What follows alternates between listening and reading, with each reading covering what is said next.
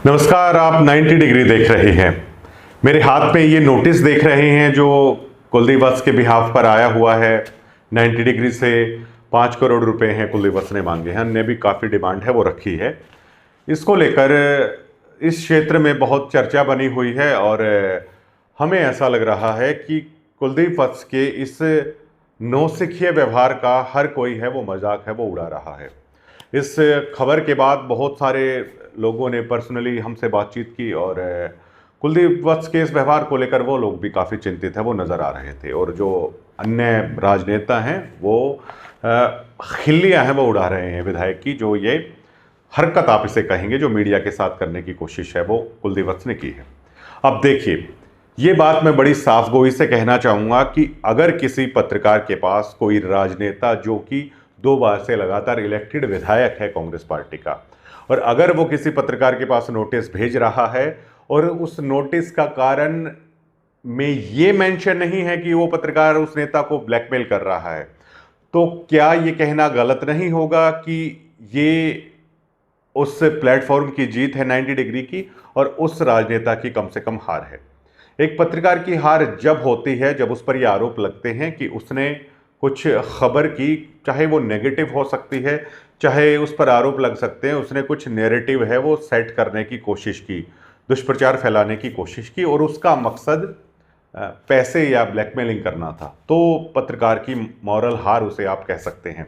लेकिन जब सामने वाला विधायक ये नहीं कह रहा है कि 90 डिग्री ने उसे ब्लैकमेल या पैसों की कोई डिमांड नहीं करी है, तो इसका मतलब ये कुलदीप वत्स की नैतिक हार है और 90 डिग्री की जीत है। ये अब वो केस करते हैं, हमें जेल होती है, क्या होता है वो बाद की बात है। लेकिन अगर पब्लिक ओपिनियन में देखेंगे तो आप सोच सकते हैं ये 90 डिग्री की जीत है और कुलदीप वत्स की नैतिक हार है।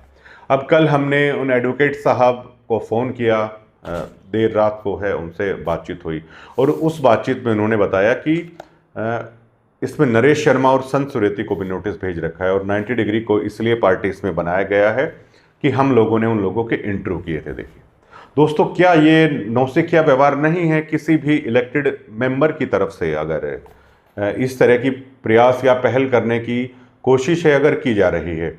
अब देखिए सारा विवाद ये कहाँ से उपजा। राज्यसभा का चुनाव हुआ था 16 तारीख को और उसमें कुलदीप वत्स ने उस चंडीगढ़ है जो भवन, उसके बाहर आते ही मीडिया के सामने खुद अपनी पार्टी को शर्मसार कर दिया।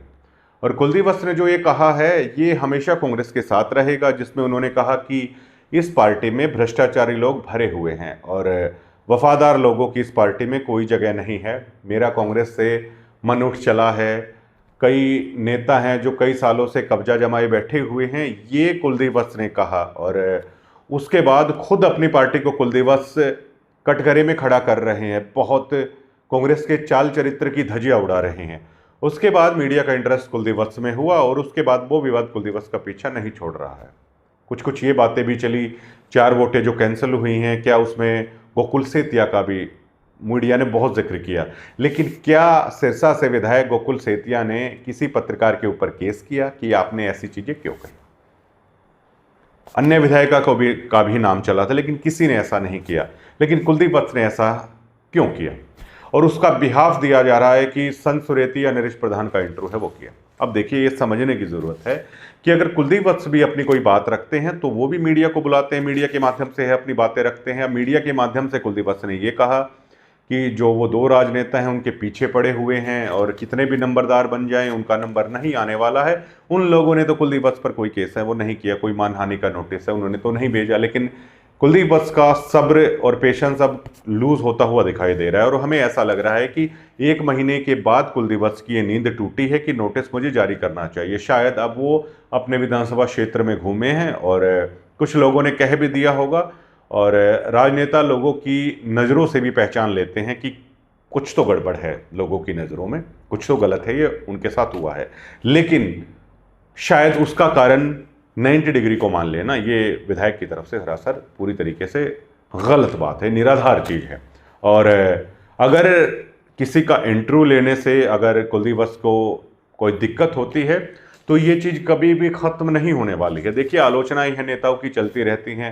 कुलदीप वत्स भी सरकार पर या अन्य नेताओं पर लगातार आरोप लगाते रहते हैं, तो कुलदीप वत्स को भी कोई हक नहीं है। और जाहिर तौर पर वो आरोप कुलदीप वत्स मीडिया के माध्यम से ही, किसी फेसबुक या यूट्यूब प्लेटफॉर्म हुआ या कोई पत्राचार हुआ, उसके माध्यम से कुलदीप वत्स आरोप लगाते हैं, वो चीज़ें छप के आती हैं। लेकिन कोई दूसरे नेता किसी तरह के आरोप थोड़ी लगाते हैं। आए दिन ओम प्रकाश धनखड़ को लेकर है कुलदीप वत्स बोलते रहते हैं, लेकिन क्या ओम प्रकाश धनखड़ किसी पत्रकार के ऊपर केस कर देते हैं कि कुलदीप वत्स ने ऐसा क्यों किया है? ये सोचने वाली बात है। अब ये सारा विवाद उसके बाद उपजा कि उन्होंने अपनी पार्टी को लेकर कुछ आरोप लगाए जो बेहद गंभीर थे, और यहाँ तक चर्चाएं चल गई कि वो पार्टी को छोड़ सकते हैं, और ये उनके बयानों के आधार पर है, वो चीज़ें हैं, कयास लगाए गए। नरेश प्रधान बादली से जो पूर्व विधायक, उन्होंने अपनी सोशल मीडिया पर एक पोस्ट डाली कुलदीप वत्स को लेकर, और जिसमें गंभीर आरोप लगाए थे।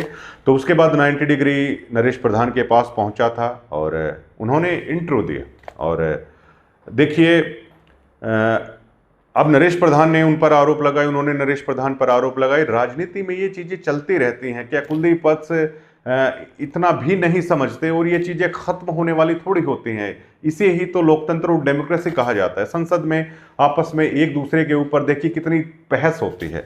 म्यांमार की जो महिला नेता आन सुंग, उन्होंने एक बार कहा था कि भारत की डेमोक्रेसी का सबसे खूबसूरत पहलू ही ये है कि वहाँ की संसद में सबसे ज़्यादा झगड़ा होता है किसी भी मुद्दे को लेकर, और ये किसी भी देश के मजबूत लोकतंत्र की पहचान है। संसद के अंदर जब ऐसा होता है, कोई सरकार कोई बिल पास लेकर आती है, दूसरे उसका विरोध करते हैं, चिल्ला चिल्ला कर विरोध करते हैं, दूसरे नेताओं को टारगेट करते हैं, ये उस देश की लोकतंत्र की मजबूती का प्रतीक है। जबकि कई देश ऐसे हैं जहां पर ऐसा आप सोच भी नहीं सकते। तो क्या कुलदीप वत्स इन भावनाओं को नष्ट करना चाहते हैं? इससे आप उनकी मन स्थिति है वो समझ सकते हैं।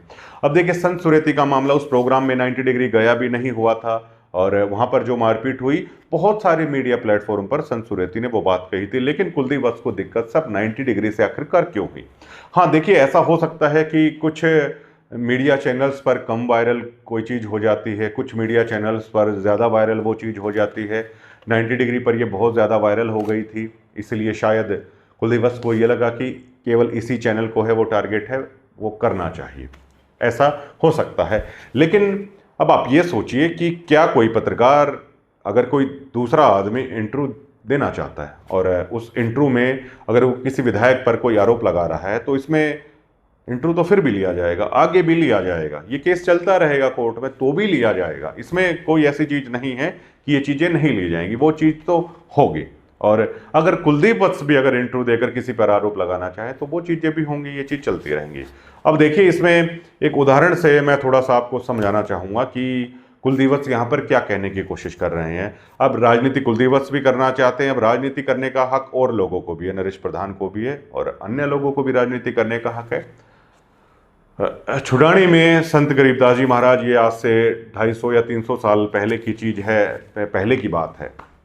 एक मनीराम नाम के पंडित जी थे और 1 महीने की उन्होंने कथा रख दी आसपास के क्षेत्र के लोगों के लिए। और मनीराम पंडित जी ने सोचा कि 1 महीने लोगों को भगवान की कथा सुनाएंगे और उनका भी, जो भी लोग सुनने आएंगे श्रोता, भगवान के नाम की चर्चा होगी और उनका भी अपना गुजारा लायक है, कुछ ठीक ठाक है, वो हो जाएगा। लेकिन आसपास के क्षेत्र के लोगों ने क्या किया, जिस दिन उस कथा का समापन होना था और जैसे कि लोग अपना दान दक्षिणा जो भी भेंट करते हैं वो होने वाला था, उसी दिन आसपास के क्षेत्र के लोगों ने दिल्ली से चंपाकली नाम की एक नर्तकी है उसको बुला लिया। और जहाँ पर पंडित जी मनीराम पहले दिन सबको न्योता दे के आए थे, कल कथा का समापन होना है 1 महीने की का, आप वहाँ पर आइए। और लेकिन लोग चंपाकली का नृत्य देखने के लिए चले गए। पंडित जी ने जब समापन किया तो बहुत कम लोग हैं वहाँ पर उमड़े। तो जब सारा सब कुछ हुआ, बटोर के देखा तो कुछ थोड़े पैसे थे, मान लीजिए 30 रुपये के तकरीबन है, पंडित जी को वहाँ पर मिले दक्षिणा के रूप में। उन्हें बहुत दुख हुआ कि 1 महीने भगवान की उन्होंने कथा की और देखिए कैसा ज़माना आ गया है। उनके मन में ये चीज़ें चल रही थी। तो चलते चलते वो जा रहे थे तो गरीबदास जी महाराज बैठे हुए थे, अपना कुछ 4-5 भक्त भी उनके पास बैठे हुए थे। तो पंडित जी मनीराम बैठ जाते हैं, संत गरीबदास जी महाराज बैठे हुए हैं और वो सीधा कहते हैं कि महाराज जी बखत है, बहुत बुरा हाल लिया है, आगे पता नहीं क्या होगा। तो भक्तों ने पूछा गरीबदास जी महाराज को कि ये क्या कह रहे हैं। तो संत गरीबदास जी महाराज ने, उनका नाम भी नहीं पता था कि इनका नाम मनीराम है। तो संत गरीबदास जी महाराज ने जब ये कहा था कि फूटी ज्ञान विवेक की, अंधा है जगदीश, चंपा कली को 500 मनीराम को 30। तो उन्होंने कहा कि जी कि भाई पंडित जी को दिक्कत ये है कि चंपा कली एक बार आई और नृत्य किया और 500 रुपये इकट्ठे करके ले गई, और पंडित जी ने 30 दिन तक कथा की, इनके पास केवल 30 रुपये आए। तो गरीबदास जी महाराज ने कहा कि पंडित जी आपका भी तो मकसद यही था, जो चंपा कली का मकसद था, आपके मन में भी तो यही चीज़ें आई कि दक्षिणा ज़्यादा है वो होनी चाहिए थी, लेकिन मतलब ऊपर वाला है वो सारी चीज़ें है वो देखता है, ये गरीबदास जी महाराज ने कहा था। तो कुलदीप शायद वही वाली चीज़ कर रहे हैं कि ज़माना बड़ा ख़राब आ गया है, वो 2 बार से लगातार विधायक हैं, उनकी आखिरकार आलोचना क्यों कर रहा है। तो अगर कुलदीप चंपा कली की तरह सोच रहे हैं कि वही सारा बटोरते रहेंगे तो ऐसी बात नहीं है। अब राजनीति करने का हक तो नरेश प्रधान को भी है, अब उनका भी कोई राजनीति एम्बिशन होता है, सबका होता है। तो ये कथा है वो कुलदीप वत्स पर बिल्कुल ठीक बैठ रही है, उन्हें इस चीज़ की दिक्कत है वो हो रही है। अब ये देखिए कि कुलदीप वत्स आखिरकार ऐसा क्यों कर रहे हैं, और ये सारा विवाद उपज रहा है। जब उनके भतीजे की शादी थी, उन्होंने मुख्यमंत्री को बुलाया। अब जब मुख्यमंत्री को बुलाएंगे तो मीडिया ये सवाल भी करेगी कि बीजेपी के मुख्यमंत्री कांग्रेस के नेता की शादी में आ रहे हैं कि कुछ तो दाल में काला है। और उन्होंने खुद अपने पार्टी के कैंडिडेट करमबीर बौद्ध को लेकर है नेगेटिव बयान जारी किया था वोटिंग से पहले। उसमें आप देख सकते हैं, सुन सकते हैं केवल उनकी जुबानी, मैं इस कैंडिडेट को नहीं जानता, और मैं बहुत सारी चीज़ें उन्होंने कही। तो खुद उन्होंने वो सारे नैरेटिव हैं वो सेट करते रहे। उसके बाद हुड्डा साहब ने भी कह दिया नहीं ये विधायक नहीं है, लेकिन उसके बावजूद भी कुलदीप वत्स हमें ऐसा लगता है कि वो शायद अपने क्षेत्र के लोगों को, अपनी जनता को समझाने में कामयाब है, नहीं हो पा रहे हैं। थोड़ा सा आप पीछे जाइए, 90 डिग्री से वो 5 करोड़ रुपए मांग रहे हैं।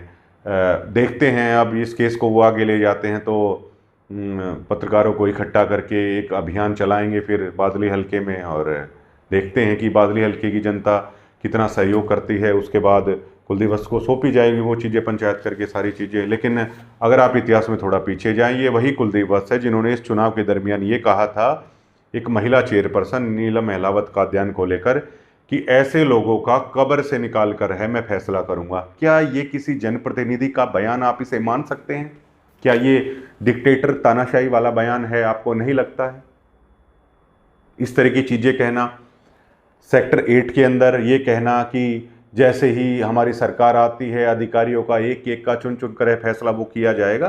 तो पहले हमें ये लगता था कि ये चीज़ें चलिए ठीक है, जो कह रहे हैं विधायक की मर्जी है, लेकिन हमें ऐसा लग रहा है कि कुलदीप वत्स के अंदर ये तानाशाही भरा रवैया, ये तानाशाही भरे शब्द ये आज के नहीं हैं, बल्कि उनका खुद का कैरेक्टर ही हमें ऐसा दिखाई दे रहा है कि तानाशाही टाइप का है। वरना कोई विधायक ऐसी बात क्यों करेगा, कब्र से निकाल कर हम फैसला कर देंगे, हम एक एक अधिकारियों को है वो चुन चुन कर इस तरीके से कर देंगे, जबकि इस क्षेत्र में ऐसी राजनीति कोई भी जनप्रतिनिधि है वो नहीं करता है।